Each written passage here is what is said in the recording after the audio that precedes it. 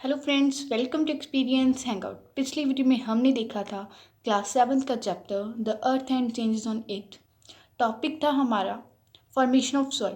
आज की वीडियो में हम जो लास्ट टॉपिक रह गया है that is types of soils, आज हम वही रीड करेंगे। Now let's start. So the distribution of major soil types, यानी कि जो जो सॉइल्स की टाइप्स ज़्यादा तरह की पाई जाती है वो है, ठीक है, हमारी बुक में गिवन।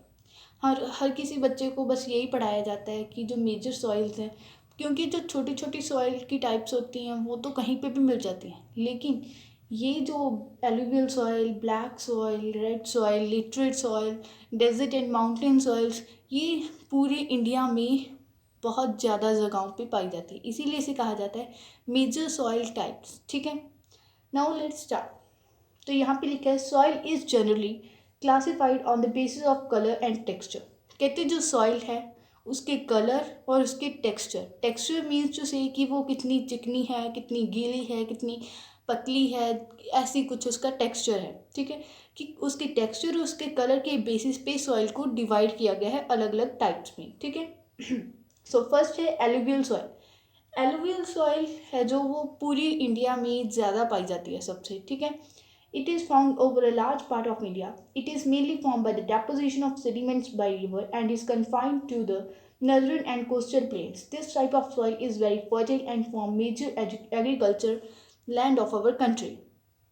तो ये कह रहे हैं कि जो एलुवियल सॉइल है इंडिया में पूरे में बहुत ज़्यादा पाई जाती है। ठीक है, हमें हर जगह थोड़ी थोड़ी देखने को मिलेगी, बट जो नॉर्थन और जो कोस्टल प्लेन्स है, नॉर्थन तो हो गया हमारा नॉर्थ वाला पार्ट, ये वाला सारा पार्ट हो गया, ठीक है, यहाँ पे पाई जाती है। और कोस्टल प्लेन्स हो गया जो समुंदर के किनारे है, ये देखो यहाँ पे पाई जाती है। ठीक है, समुद्र के किनारों वाली साइड भी पाई जाती है। आगे कहते हैं, इन्होंने ये भी कहा है कि ये किस तरह बनती है, by the deposition of sediments by river, कि जो नदी ऊपर से बह के आती है, पहाड़ों से बह के आती है, ठीक है, वो नॉर्थ से बह के आ रही है, तो उस पे जो उसमें जो मिले हुए सेडिमेंट्स होते हैं, जो पत्थर वगैरह टूटे होते हैं, ठीक है, वो सब क्या करते हैं मिलके, वो सब चीज़ें क्या बना लेते हैं, एलुवियल सॉइल बन जाती है। ठीक है, कहते हैं ये जो सॉइल है इतनी ज़्यादा फर्टाइल होती है और ये क्या करती है, एग्रीकल्चर को सपोर्ट करती है, कि एग्रीकल्चर की लैंड के लिए ये बेस्ट सॉइल मानी जाती है। ठीक है, नेक्स्ट आ जाती है ब्लैक सॉइल। सो इस पे लिखा है black soil. It is found in the Deccan and Deccan plateau. ठीक है, this type of soil is confined to some parts of Gujarat, Maharashtra and Karnataka. This soil has an ability to retain moisture and become sticky when wet. It is largely used for growing cotton and thus is popularly known as cotton soil. जो black soil है ये Deccan plateau में पाई जाती है। ठीक है, ये वाला हिस्सा है जो आपका, ठीक है, ये सारा डेक्कन प्लेट्यू होता है, यानी कि ये कहाँ कहाँ पे पाई जाती है, गुजरात, महाराष्ट्र, कर्नाटका, ठीक है, इस तरफ। कितनी इस सॉइल में इतनी एबिलिटी होती है, इतनी काबिल होती है ये कि अपने अंदर ये मॉइस्चर रखती है, यानी कि अपने आप को गीला रखती है। ठीक है, जब ये स्टिकी होती है यानी कि चिपचिपी सी हो जाती है तो ये गीली हो जाती है। ठीक है, चिपचिपी क्यों हो जाती है, क्योंकि वो गीली होती है।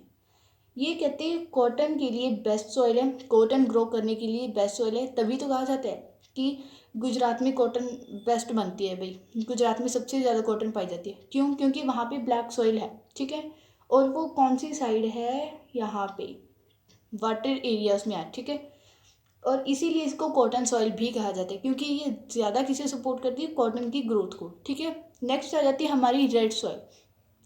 एज द नेम सजेस्ट this soil is red in colour due to the presence of iron.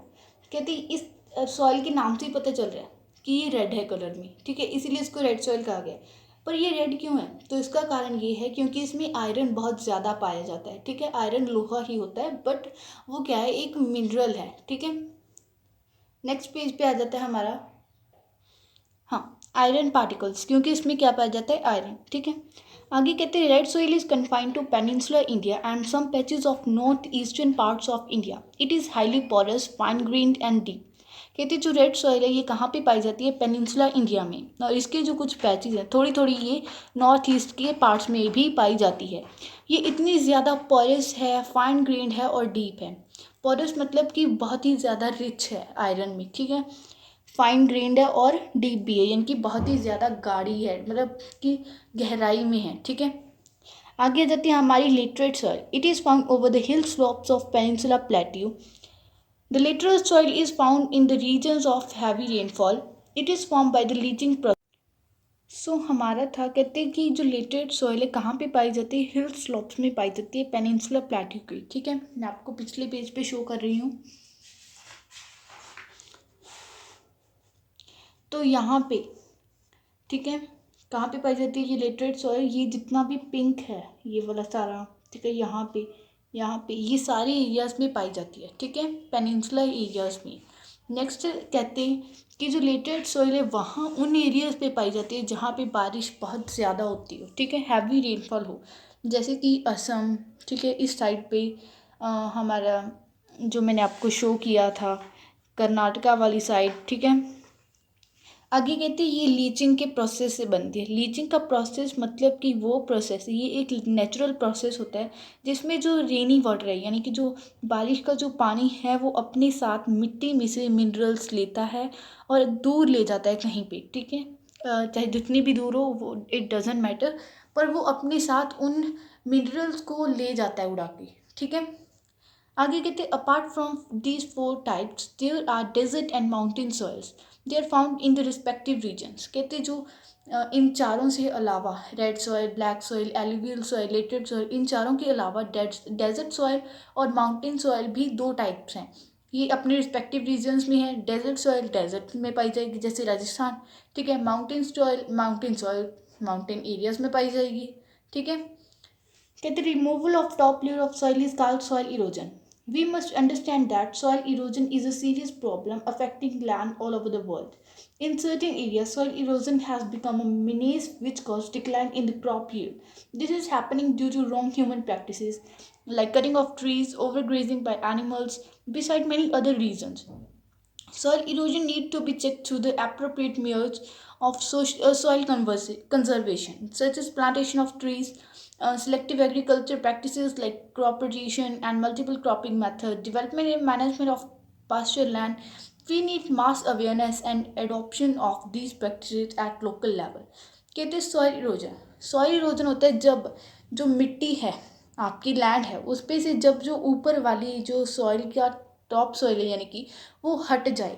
ठीक है, तो उसे कहा जाता है सॉइल इरोजन. ये सॉइल इरोजन क्यों होता है?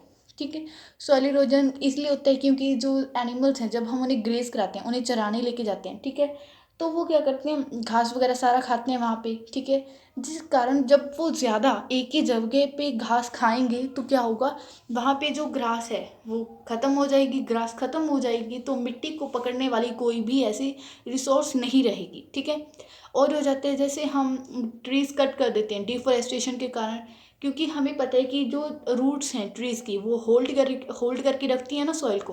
अगर ट्रीज़ ही नहीं रहेंगी तो ऑब्वियस सी बात है कि सॉइल ख़त्म होती जाएगी. ठीक है, और हो जाता है ओवर ग्रेजिंग. ठीक है, ऐसे कुछ बाकी हम उल्टे सीधे काम करते ही रहते हैं. ठीक है, आगे कहते हैं अब हमें ज़रूरत है कि हम इस मिट्टी को बचाएं. ठीक है, कैसे, पर कैसे?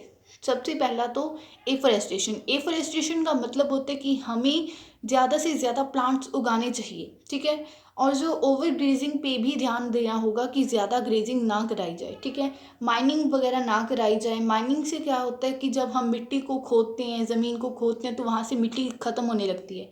ठीक है, मल्टीपल क्रॉपिंग मेथड हमें अपनाना चाहिए ताकि अलग अलग जो क्रॉप्स हैं वो सॉइल को होल्ड करके रख सकें. ठीक है, क्रॉप रोटेशन की ऐसे नहीं है कि एक ही क्रॉप उगाते रहे, एक बार कहीं और लगा ली तो अगली बार कहीं और लगा ली. ठीक है, अलग अलग टाइप की सॉइल्स मतलब कि हमें अलग अलग टाइप की क्रॉप्स ग्रो करनी चाहिए. ठीक है, और development and management of pasture land, जो बिल्कुल ही खाली पड़ी है लैंड उसका भी हमें यूज़ करना चाहिए ताकि वो जो मिट्टी है वहाँ पे वो उड़कर कहीं और ना जाए और वहाँ पे जो टॉप सॉइल है वो बिल्कुल स्टेबल रहे. ठीक है, कहते हैं हमें मास अवेयरनेस की ज़रूरत है यानी कि बहुत ज़्यादा हमें ध्यान देना होगा. ठीक है, और हमें कुछ इन्हीं प्रैक्टिसेस को जो हमने अभी बात की प्रैक्टिसेस की कि हमें माइनिंग वगैरह पे कंट्रोल करना चाहिए, एफोरेस्टेशन अपनानी चाहिए. तो ये जो हमें प्रैक्टिसेस हैं लोकल लेवल पे लेके आनी होंगी तभी जो सॉइल इरोजन है वो कम होगी. ठीक है, तो इसी तरह हमारा जो चैप्टर है the earth and changes on it complete हो जाता है. नेक्स्ट वीडियो में मैं आपके लिए लेके आऊँगी 3rd chapter the interior of earth. और इसका बुक वर्क मैं जल्दी ही आपको अवेलेबल करवा दूँगी, क्वेश्चन आंसर भी मैं आपके लिए डाल दूँगी। ठीक है, अगर आपको कोई भी डाउट हो तो प्लीज़ कमेंट सेक्शन में बताइएगा। मेरे चैनल को सब्सक्राइब करना मत भूलिए और अपने फ्रेंड्स के साथ प्लीज़ इसे शेयर कीजिए और लाइक करना तो मत ही भूलिएगा गाइस। Thank you.